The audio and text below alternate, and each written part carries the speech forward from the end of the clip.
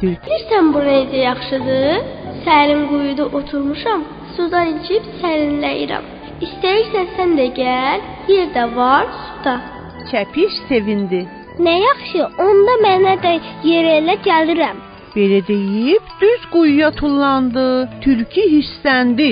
Heç tullana bilmirsən, bütün üst başımı yaş elədin. Ayağını qoydu çəpişin belinə, oradan isə başına. Sonra tullanıb quyudan çıxıb qaçdı. Çəpiş aldadıldığını başa düşüb mələməyə başladı. Çox mələdi, az mələdi. Səsinə dostları gəldilər.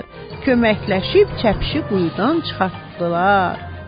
Xilas olmuş çəpiş dostlarına təşəkkür elədi və söz verdi ki, bir də tülkünün kələyinə heç vaxt inanmayacaq. Dostlar hamısı bir yerdə çəmənliyə oynamağa getdilər.